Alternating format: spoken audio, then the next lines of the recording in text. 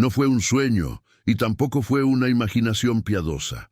Lo que llegó aquella vez a mí, y digo a mí porque así lo vivió Padre Pío en su carne, como una carga prestada, fue una visión que no traía ruido, sino peso, un silencio tan denso que parecía tener manos. Yo estaba en oración, y de pronto sentí que el aire se volvía definitivo, como si el corazón entendiera antes que la mente que algo irreversible iba a mostrarse. Y lo más desconcertante es esto: no vi fuego primero, no vi demonios, no vi gritos, vi lucidez, vi a un alma despierta, sola, completamente consciente, parada frente a lo que había elegido ser. En esa claridad no había confusión ni excusas, no quedaba nada que maquillara la verdad. Y entonces comprendí algo que no se dice lo suficiente. El infierno no empieza como un castigo externo, empieza como una incapacidad interior. Una puerta que no está cerrada con llave desde fuera, sino endurecida desde dentro. Lo que vi me enseñó que el horror mayor no es el dolor como lo imaginamos, sino la certeza inmutable de haber rechazado el amor cuando todavía era posible volver. Y si hoy te cuento esto, no es para asustarte, sino para despertarte mientras aún hay tiempo. CTA, 50 palabras. Si este tipo de contenido te ayuda a mirar la fe con más verdad y menos superficialidad, acompáñame. Suscríbete al canal y activa la campana. Hoy no te pido un amén en comentarios. Escribe una sola palabra, hoy o mañana, la que más describa cómo estás viviendo tu alma. Capítulo 1, 650 palabras. Cuando hablo de lo que vi, tengo que empezar por lo que se siente antes de ver. Porque el infierno, tal como me fue mostrado, no se anuncia con espectáculo, se insinúa con una gravedad que atraviesa el pecho. En esa visión, el primer golpe no fue una imagen, fue una comprensión. Había un estado del alma donde nada se discute, nada se negocia, nada se diluye con el tiempo, y después de esa comprensión llegó la escena. Un alma, no un monstruo, no una caricatura, sino un ser humano desnudo de máscaras, consciente hasta el extremo. No estaba confundida, no estaba dormida, no estaba perdida en el sentido de no saber. Sabía. Esa fue la herida más grande. El infierno como conocimiento sin salida. La persona recordaba su vida no como una película, sino como una lectura perfecta de su propio interior.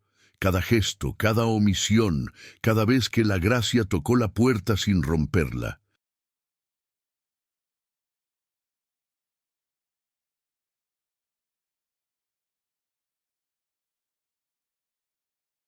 Y de pronto entendí por qué tantas almas se pierden sin querer mirar la palabra gracia, porque la gracia no suele entrar con tormenta, entra con suavidad. Y lo que se rechaza con suavidad, se rechaza 1000 veces sin sentir que se está rechazando. En la visión, esa alma veía esos instantes con una precisión insoportable. La llamada a perdonar que ignoró, la corrección que evitó, la oración que postergó, la confesión que consideró exagerada, el orgullo que llamó dignidad. Y lo más escalofriante fue notar que no había cadenas alrededor, no había una mano empujándola, no había un guardia, era un encierro hecho de costumbre interior. La luz de Dios existía, real, viva, radiante, pero era experimentada como dolor, no porque el amor de Dios cambiara, sino porque el alma se había entrenado para no soportar la verdad del amor. Comprendí entonces una frase que se me clavó como espina. El infierno es el amor sentido como pérdida, no como nostalgia dulce, sino como pérdida definitiva. El alma sabía que Dios era bueno, sabía que Dios era real, y sin embargo, al mismo tiempo sabía que ya no quería a Dios en sus términos, quería alivio sin humildad, Quería paz sin rendición. Quería misericordia sin verdad. Y esa contradicción no explotaba en un drama. Se volvía un presente eterno, una hora que no se mueve. Allí el tiempo no curaba, porque el tiempo, tal como lo conocemos, no estaba. No había más adelante. No había después me arrepiento. Todo estaba fijado en la postura interior que la persona había elegido, reforzado, repetido. Y eso me mostró otro detalle que casi nadie imagina. El infierno no es principalmente ruido, es aislamiento perfeccionado. Cada alma encerrada en su propia negativa, incapaz de amar, incapaz de dejarse amar, incapaz de olvidar lo que perdió. No era un lugar lleno de otros para distraerse. Era un yo sin salida. El alma intentaba volverse hacia afuera, pero no había afuera, porque el orgullo había vuelto todo hacia adentro. Y aquí vi lo más aterrador. No había gritos, porque el grito supone esperanza de ser escuchado. En ese estado, la persona ya no gritaba para pedir, estaba más allá del impulso de pedir. No porque Dios no pudiera oír, sino porque el alma ya no quería ser cambiada. Y cuando se pierde el deseo de ser transformado, se pierde la puerta por la que entra la misericordia. Yo temblé, no por miedo al fuego, sino por tristeza por la libertad desperdiciada. Porque lo que vi no era Dios cerrando la puerta, era el alma volviéndose incapaz de cruzarla. Capítulo 2. 650 palabras. La visión no se quedó en el estado final, como si el cielo quisiera advertirme con una fotografía fija. Sentí que me llevaba hacia atrás, hacia el camino, porque el verdadero peligro no es imaginar el infierno, sino caminar hacia él sin darse cuenta. Y lo que me fue mostrado después no fue rebelión espectacular, ni maldad de película. Fue algo mucho más cotidiano, por eso más peligroso, una vida que posterga la verdad. Vi a una persona aún viva, no odiaba a Dios, no lo negaba con discursos, no cometía crímenes que escandalizan, simplemente vivía aplazando el interior. Más tarde rezo, más adelante me confieso. Cuando esté mejor, vuelvo. Y el problema del más tarde es que parece inocente. La gracia llegaba muchas veces, en una incomodidad que invitaba a cambiar, en una conversación que tocaba una herida, en un remordimiento breve, en una oportunidad de pedir perdón. La persona se enternecía por un instante y luego volvía a lo mismo. No por odio, sino por costumbre, y cada vez que se elegía la comodidad sobre la verdad, algo se estrechaba por dentro. No se rompía de golpe, se endurecía milímetro a milímetro. Vi cómo la conciencia, cuando se ignora con frecuencia, deja de hablar fuerte. Primero susurra, luego se vuelve incómoda, luego se vuelve fácil de callar, y cuando se calla demasiado, se confunde con paz. Esa fue una de las trampas más finas. Creer que la ausencia de conflicto interior significa que todo está bien. En la visión, llegó un punto que no fue anunciado con trompetas, pero fue decisivo. Un día, la persona rechazó una invitación clara al bien y ya no sintió vergüenza. Lo justificó, lo explicó, lo normalizó. Y ahí comprendí que la pérdida no empieza en el pecado grande, empieza en la pérdida de sensibilidad. La oración se volvió rara, luego pesada, luego innecesaria. El perdón se volvió opcional. La verdad se volvió exageración. Dios se volvió distante. No porque Dios se alejara, sino porque el alma aprendió a vivir sin escucharlo. Y lo más triste es que la persona seguía creyéndose libre. Puedo cambiar cuando quiera, pero la capacidad de cambiar estaba disminuyendo, como un músculo que no se usa. En esa secuencia vi algo que me dolió. El pecado repetido no solo mancha, también forma. Forma una postura interior, forma una manera de mirar, forma un reflejo. evitar lo que incomoda, y la gracia casi siempre incomoda antes de sanar. Entonces, si huyo de la incomodidad, huyo también del camino de curación. Luego la visión me mostró el umbral, la muerte. Y allí apareció una verdad que me dejó sin aire. La muerte no cambia la dirección del alma, la confirma. No es que uno muere y de repente se vuelve otra persona por magia. Uno muere siendo aquello que fue entrenando. Cuando esa persona se presentó ante Dios, no encontró un juez cruel, encontró una claridad total, no acusación, sino luz. Y esa luz, para quien vivió evitando la verdad, se vuelve insoportable, no porque sea mala, sino porque es real. En ese instante la persona reconoció a Dios, pero no deseó rendirse. Quiso alivio, no transformación. Quiso escapar del dolor de la verdad, no abrazar la verdad para ser sanada. Y ahí entendí por qué el infierno es eterno. No porque Dios se canse de perdonar, sino porque el alma, al fijarse contra el cambio, pierde el órgano interior con el que se recibe el perdón, la humildad.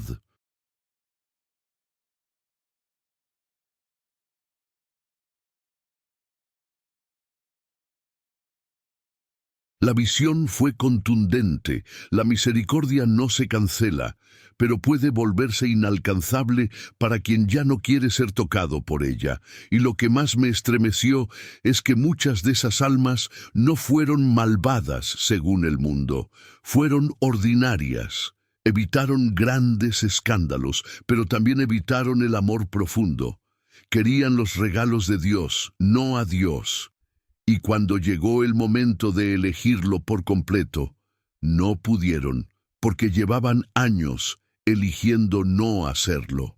Capítulo 3, 650 palabras. Aquí fue cuando comprendí que esta visión no me fue dada para describir el infierno como curiosidad, sino para revelar su lógica interior. Porque si yo reduzco el infierno a fuego y castigo, el corazón piensa: yo no soy de esos. Pero si lo entiendo como cierre gradual del alma, entonces la pregunta cambia. ¿En qué me estoy cerrando yo? Y eso duele, porque nos obliga a mirar la vida diaria. Vi que el camino hacia ese cierre se construye con 3 ladrillos silenciosos: autoengaño, comodidad y orgullo. El autoengaño es esa voz que dice: no es tan grave. La comodidad es la elección de lo fácil sobre lo verdadero, y el orgullo es el rechazo de depender de Dios.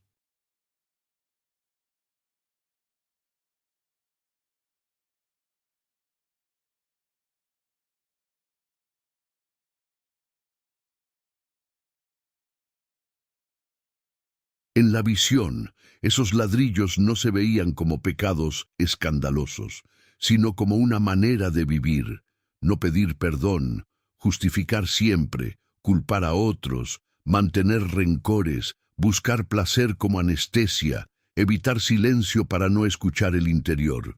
Y entonces entendí por qué tantos santos hablaban del examen de conciencia con seriedad. No es obsesión, es higiene del alma, porque el alma, si no se revisa, se endurece sin darse cuenta. Y el endurecimiento tiene una característica: al principio duele, después se siente normal. Ese normal es peligroso. En la visión vi cómo la persona perdía la capacidad de llorar por lo que antes le habría dado vergüenza. Perdía la capacidad de pedir ayuda, perdía la capacidad de decir «me equivoqué». Y cuando uno ya no puede decir «me equivoqué», ya no puede decir «perdóname». Ese es el punto de quiebre. No es un rayo, es una sequedad. Es un corazón que se acostumbra a vivir sin rodillas. Y aquí tuve una impresión muy fuerte. El infierno es la madurez final de un corazón que no quiso arrodillarse nunca. No por humillación, sino por amor. Porque arrodillarse ante Dios, en realidad, es volver a la verdad de uno mismo, criatura amada, necesitada, rescatable. La visión me hizo ver también otra cosa. El infierno es profundamente lógico, no lógico en el sentido de frío, sino lógico en el sentido de coherente con lo que uno elige.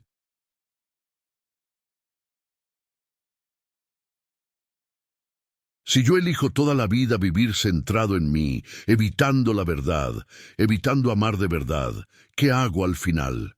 Me quedo conmigo, para siempre. Y eso, que parece libertad, se vuelve prisión. En ese momento sentí una urgencia que me apretó el alma.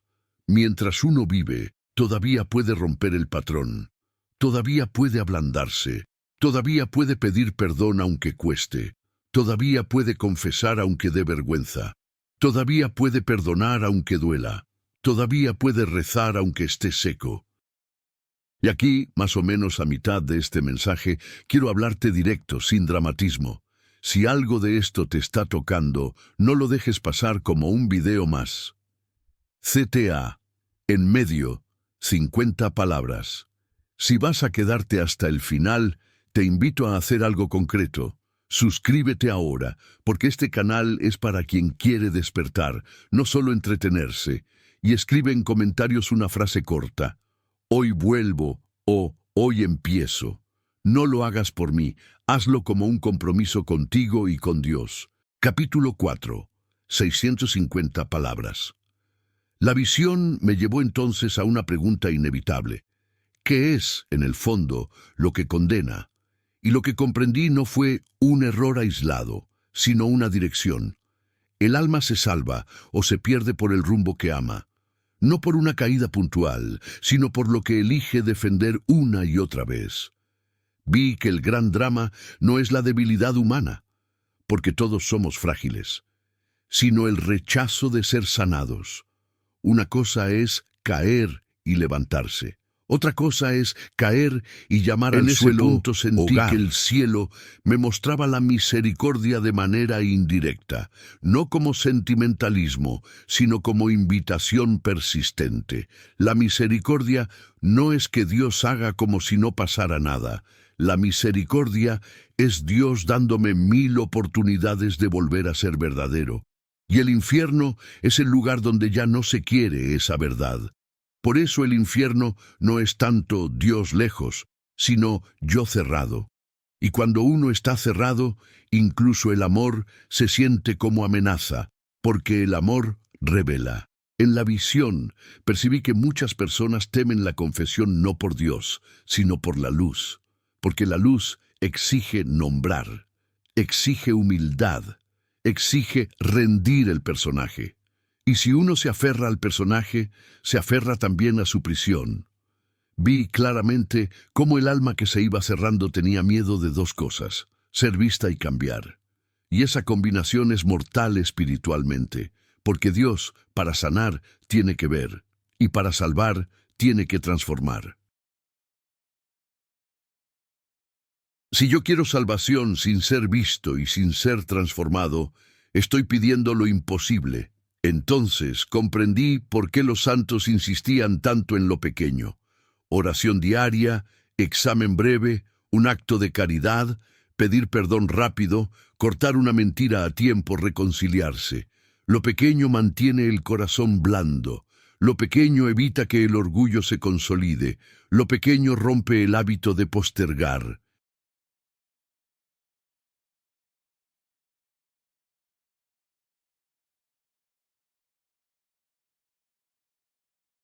Y al mismo tiempo, la visión me mostró un gran engaño moderno, pensar que la fe es solo sentirse bien.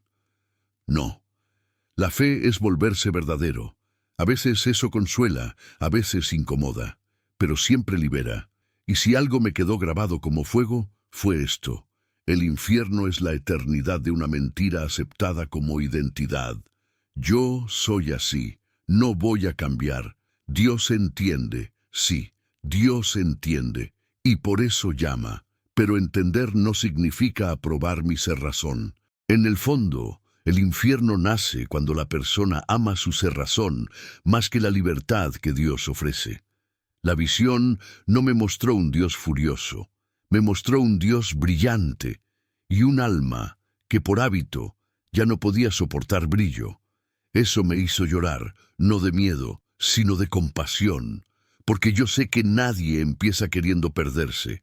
Uno se pierde dejando de mirar, dejando de escuchar, dejando de responder. Y por eso hoy, si tú sientes que has estado aplazando lo importante, no esperes una señal dramática.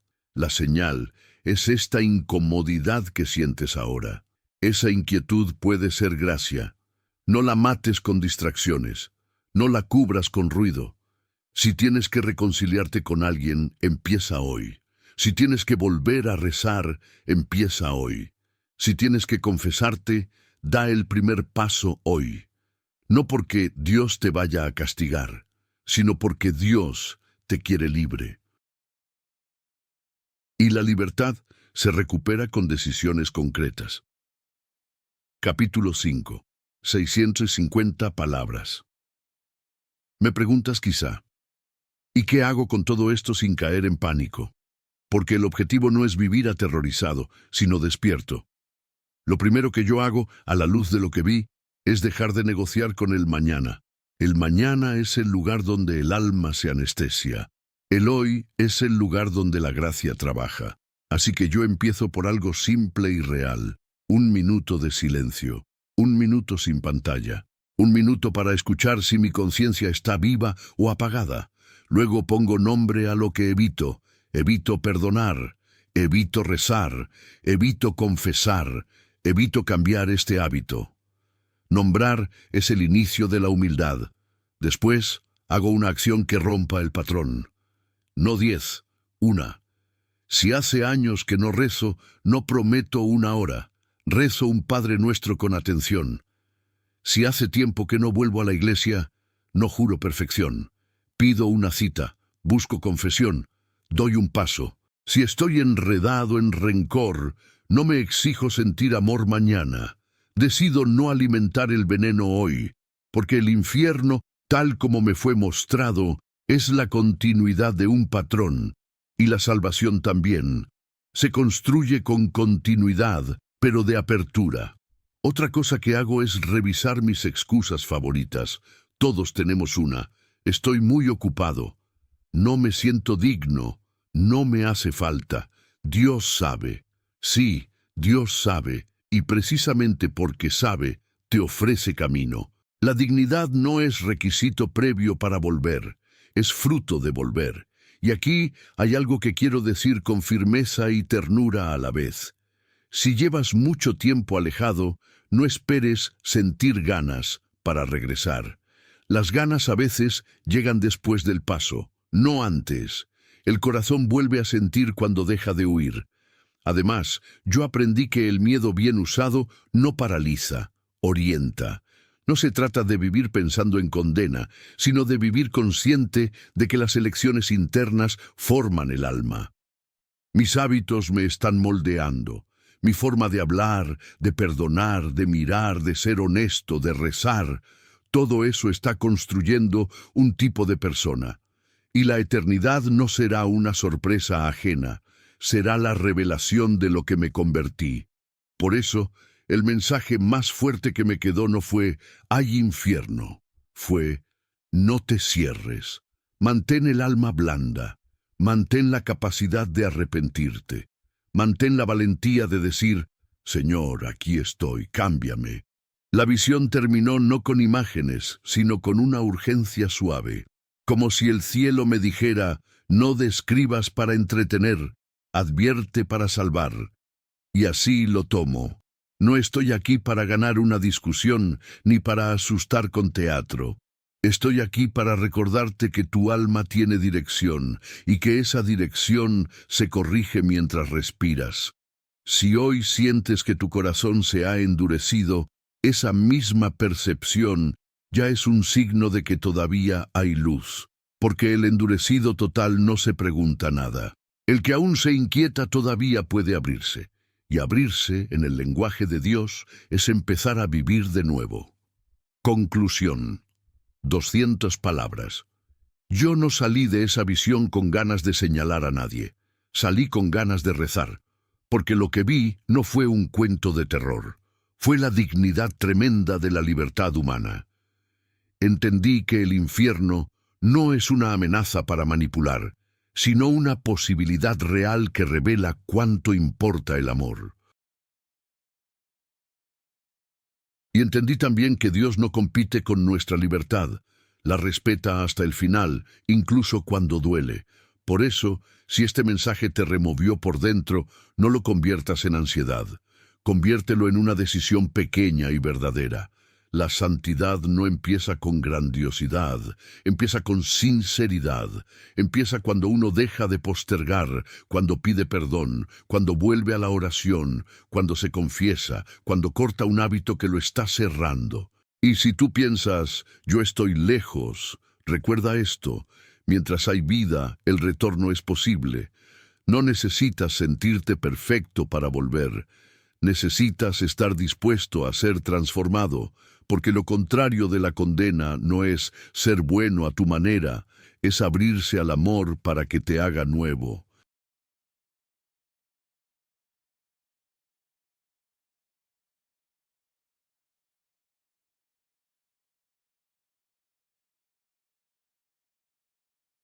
Eso es lo que yo aprendí, y eso es lo que deseo para ti. Un corazón que no se selle, un alma que no se acostumbre a vivir sin verdad, y una libertad que encuentre descanso donde fue creada para descansar, en Dios. Si quieres, caminemos esto juntos. Suscríbete al canal y quédate en la comunidad, porque aquí hablamos de lo eterno sin máscaras y sin espectáculo.